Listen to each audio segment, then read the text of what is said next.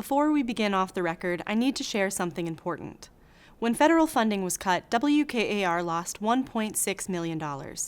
Thanks to cost-saving measures and community support, we've closed much of that gap, but we still face a $500,000 shortfall, and we can't finish the job without you.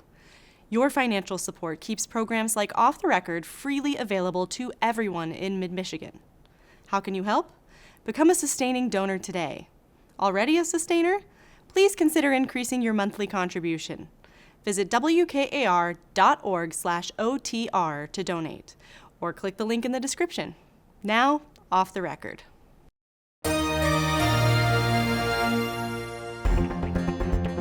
This week on OTR, Republican State Representative William Bruck, who wants to regulate drones and what happens if we don't. That's coming up next, Off the Record.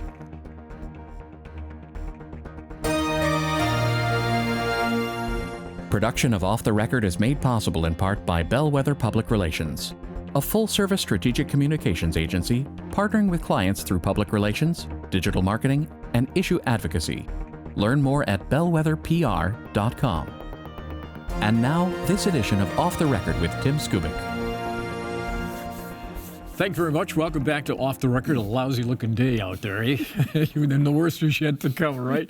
Let's talk about guns.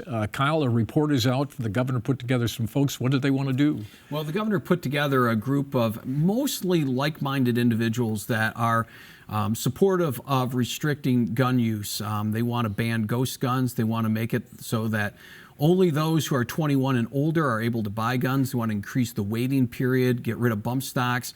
A lot of stuff that probably isn't surprising if you've been following the gun control debate, but not supported by folks from like Michigan Coalition of Responsible Gun Owners, for example, and gun rights advocates, who claim they were left out of the loop and really didn't give any meaningful impact to what they believe was just a greased report from the governor. Yeah, I think a lot of these issues have come up before. They'll come up again. There are two very established sides of this debate. One who is interested in, controlling the mechanism, trying to use these as a means to stop gun violence. And then the other side who says this is going too far and it's restricting people's rights to gun ownership. Is this DOA? Yes. All right, next question. All right, all right, next up. Yeah, I mean, it's not ever going to get through the House, for sure. And it's really interesting, what will be the reaction of the governor and the state Senate, controlled by Democrats, to the package? Are they all going to say, huzzah, huzzah, let's pass all these bills? Well, the governor has said she would support an assault weapon ban. Yeah, I think the problem, though, is that there doesn't seem to be a ton of middle ground. I mean, you're looking at all the recommendations, maybe standardizing the training for the school resource officers and how to handle gun events. Maybe something of that nature could get passed. I know that Representative Luke Meerman's been working on things for, it seems like 4 or 5 years now. But it just seems like the middle ground is so difficult, like on so many issues, that to find. And the polar opposites are having too much, are getting too much mileage out of really kind of demagoguing their positions. We did see a sliver of bipartisan support with the modest gun control package that was passed a couple of years ago. But it was... That was the low-hanging fruit. It was a very low-hanging fruit and a very specific issue. I do think, to Kyle's point, there is obviously a bipartisan interest in keeping schools safe, and doing what, in doing as much as possible to, prevent mass shootings, of course. But the issue of what would actually do that is still a big point of contention. To me, the most telling thing was when Democrats had control of the legislative process, none of this stuff passed. Why not? Yeah. Because there are some Democrats who aren't on board. That's true. I mean, remember the old John Cherry Democrats, who used to be in greater abundance than they are now. There's still some around, not as many, but they aren't as enthusiastic. I remember talking to Senator Bear, Rosemary, who was on this issue and was very diligent in working on it. And I said, okay, how come you can't run the assault ban? She said, Tim, it's a year before an election. Well, it's also a year after an election. It's the same attitude, right? All right, Kyle, you've done some research on legislation that lawmakers are or not grinding out. Well, it's very strange, Tim. There's been a complete change in the atmosphere in the House, and the numbers kind of reflect this. We're at a stage right now in the state legislature where the governor has only signed 35 bills into law. So to give the viewers some perspective, and by this time, and by the end of the year, a legislature that is completely met will have passed somewhere between 200, 300 bills into law. There's been years not too far away where we've had 600, 800 bills signed into law. In low years, there's been 160, 200. Again, we are at 35. So even if they double their output for these last few weeks in the session, there's still half of what the lowest hanging fruit has, or the lowest level has been up to this point. So the person at home is going, so what? Well, it's because there is a change in the approach in the State House that Matt Hall has brought in. He is not doing the standard, whatever the lobbyists, whatever the special interests, whatever people are bringing in as problems need to be solved, will get passed through in legislation, and we'll just kind of grind it out. If you look at the numbers, this is how Lansing has operated really since the founding of the state in 1837. That is how they've done it. This is not how Matt Hall is doing it. Matt Hall has changed the focus to oversight, complete oversight of state government, and using that process to change how the budget is being written. So we've had 6 oversight committee chairs, one of which is going to be one of our guests here in just a minute. Their focus is on not passing legislation. In fact, they're taking joy in celebrating the fact that they're basically giving the middle finger to the traditional Lansing establishment and saying, less is more, and this is how we're doing it. Well, I think that is the point, Billy, that people at home who don't like their government doing stuff to them, not for them, are applauding. Yeah, I would think so. Honestly, amazing to me that over the years, legislators have put such priority on quantity over quality. Like, just how many bills have you passed? Grind them Remember out. the old lame duck sessions between Election Day and the start of the next year? And that's when you got 600, 800 bills a year passing. These are what are called cat and dog bills. They're very minor. Yes, they may please a lot of individual lobbyists. Matt Hall, as Kyle points out, is focusing on quality rather than quantity. He's saying, let's stay away from just running up the score on the number of bills passed so that Senator Joe Blow can go back home and say, hey, I got 5 bills signed into law this year. And let's focus on the big picture. And meanwhile, maybe with our oversight committees, we ought to just look at, should we maybe just focus on passing less laws in general and keep the ball going year after year from now on with this new attitude? You know, on the other side of the coin, though, if you're someone who cares about policy issues that isn't something that's a priority of the speaker right now, I think, you know, maybe if you're really interested in criminal justice issues or, you know, there's certain education issues that have just been kind of, you know, stagnant at this point. And if I make calls to some of these sources about, hey, any interest, the answer has been, well, you know, we'll see. And that we'll see is played out in the numbers that Kyle just brought out. So there's a lot of things that have not been, you know, those conversations haven't been happening because they're like, well, it's not going to get passed. Yeah. Well, I mean, so just give you an example. I mean, the Speaker of the House is typically, his office is usually the busiest office in the Capitol.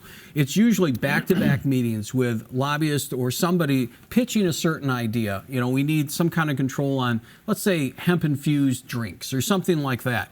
And they're back-to-back and over and over and over again. Matt Hall doesn't operate that way. He doesn't care. All right, he's got his list of things that he wants to do. First, it was the tipped wage issue, and then it was, you know, we're going to focus on the budget, and then it was his heat plan, you know, the transparency on the legislative earmarks. And now it's economic development. And that's it. It's a tunnel focus, and if there's some, you know, drips and drabs that has to happen, then he'll put a focus on it.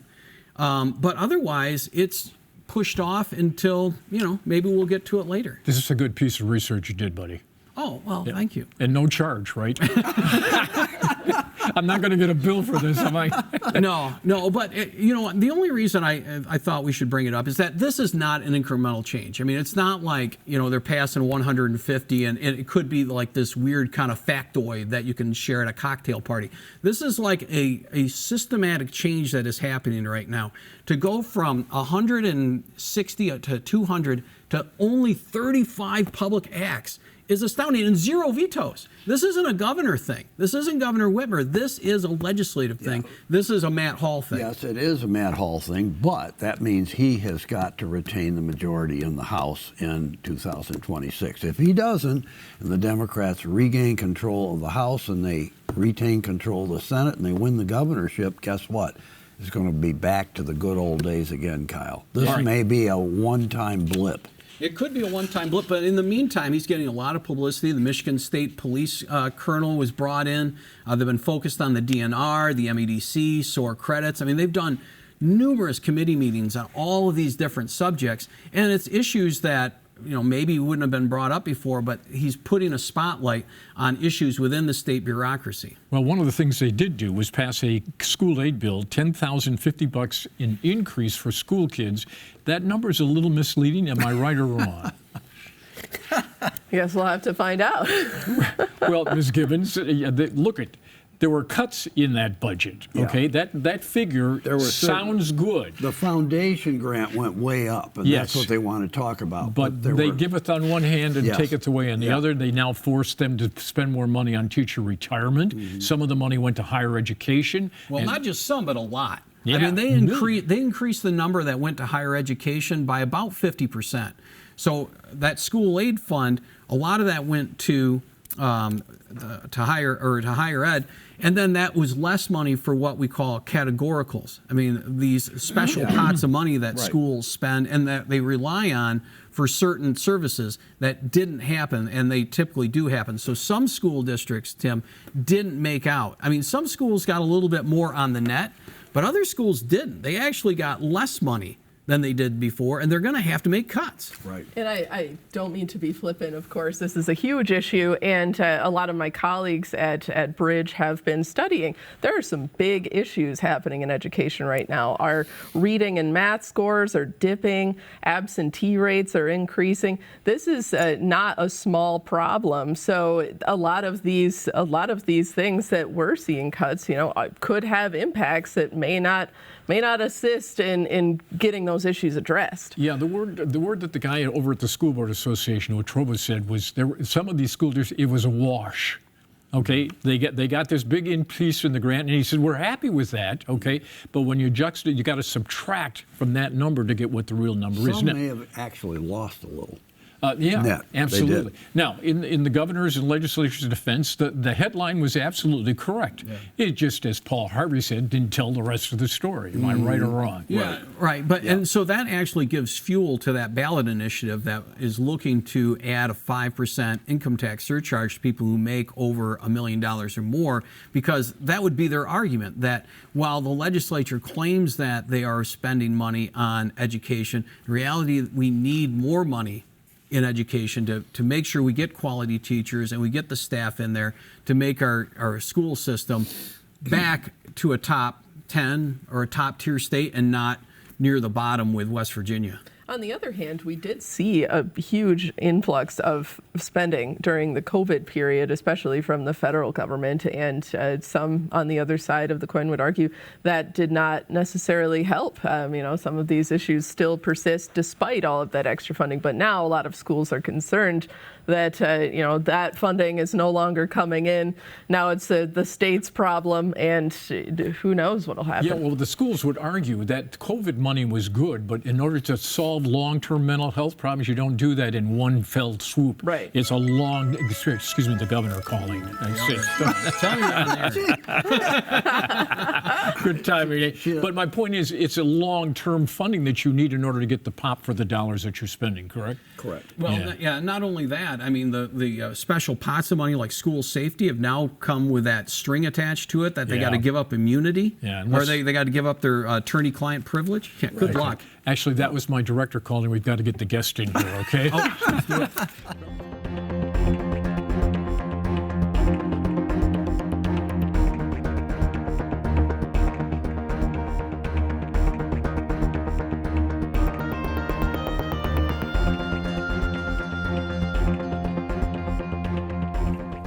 Representative Bruck, welcome to Off the Record.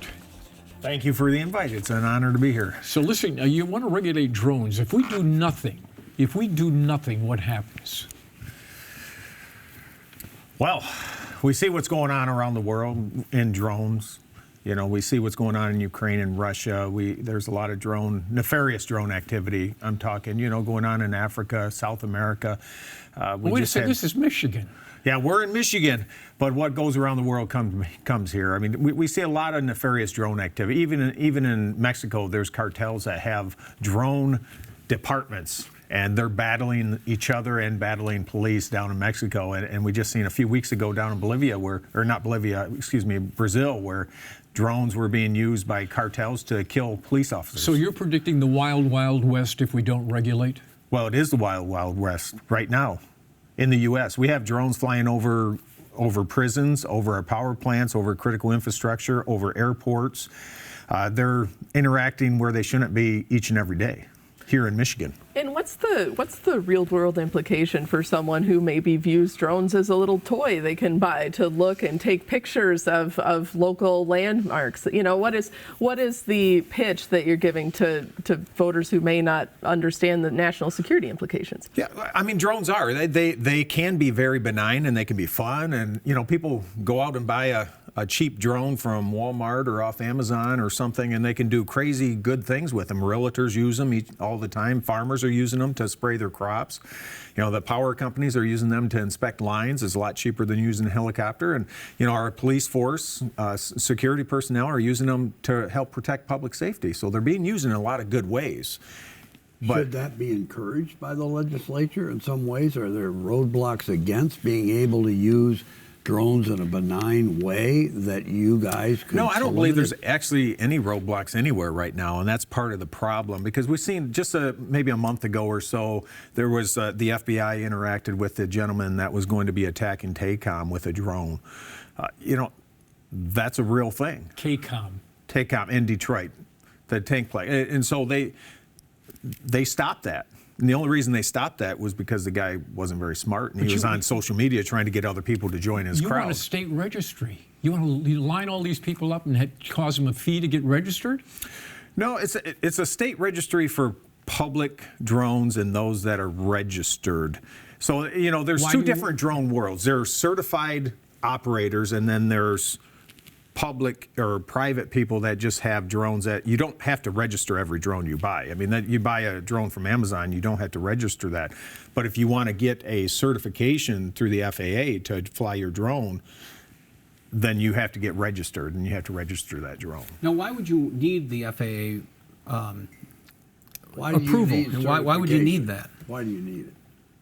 Why do people want to be registered? Why do they want? So they can operate commercially. That's really what it boils down to. There's a difference between commercial operation and private operation, if that makes sense. Private operator can use a drone. My sons use a drone. He's a construction guy down in Tennessee. They own their own business, and he uses drones to get the pictures of the final product and the pre-product too.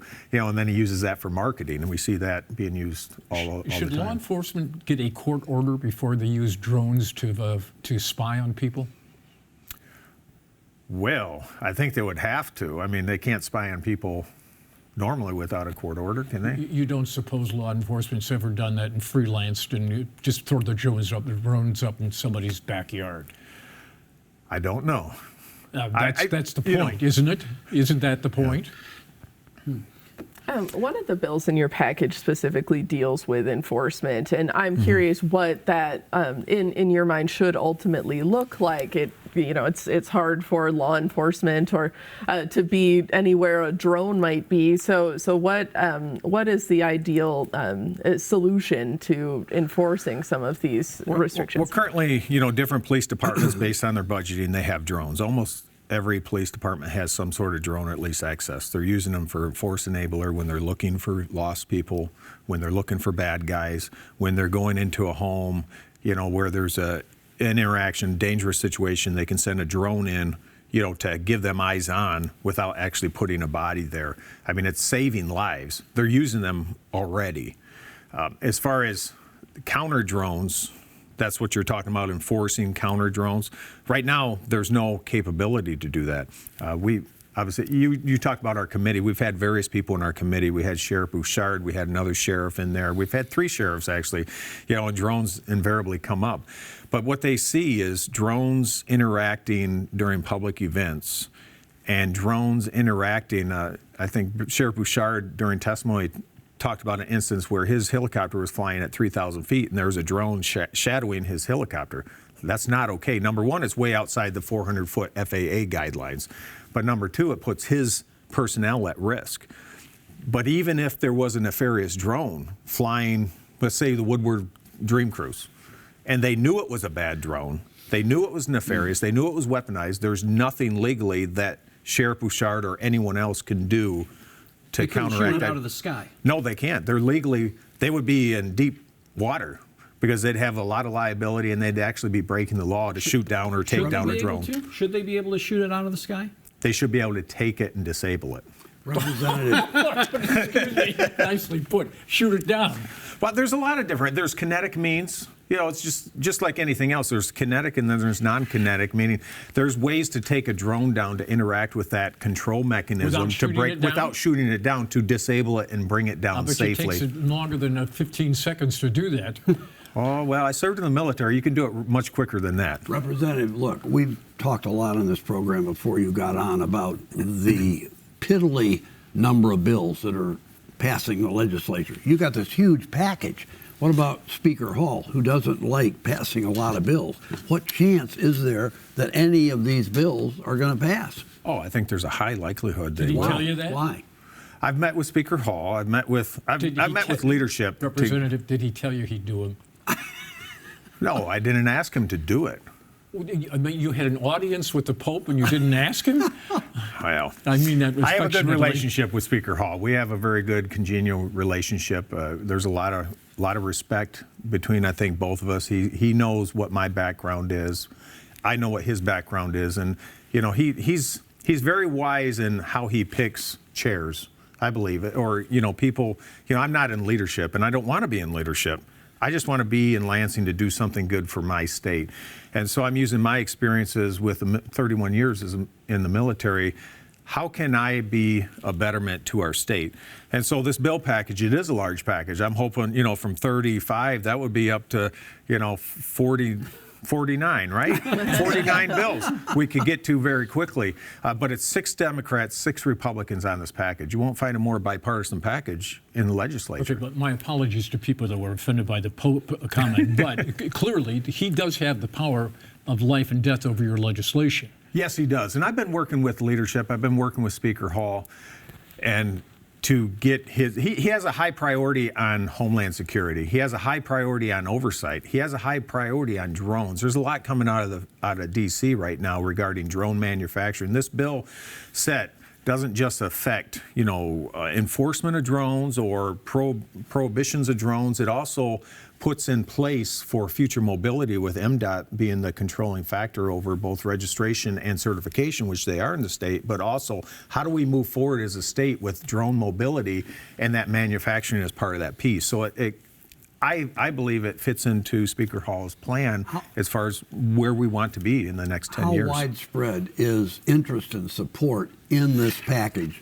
among your fellow lawmakers? I mean, are you a lone wolf in the wilderness, you and maybe Speaker Hall, in your concern about drones? No, I don't believe you have so. widespread conversation in your caucus and in the legislature on, we got to do something about this?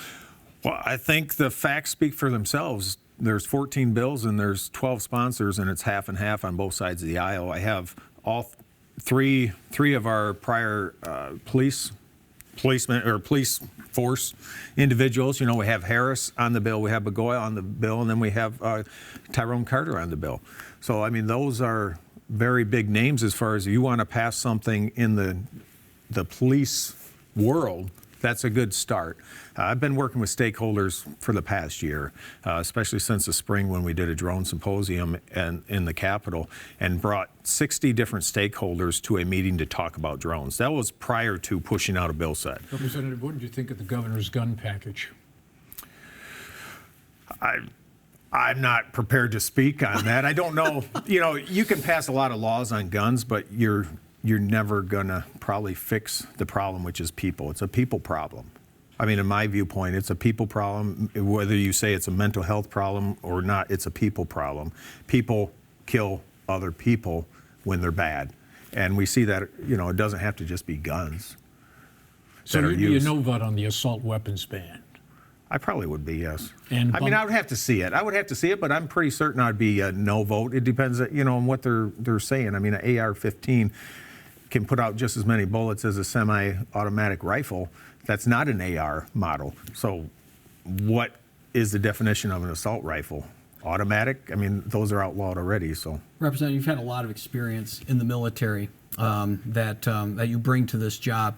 What is your biggest fear that worries you, that drives you to be a public servant and do this job?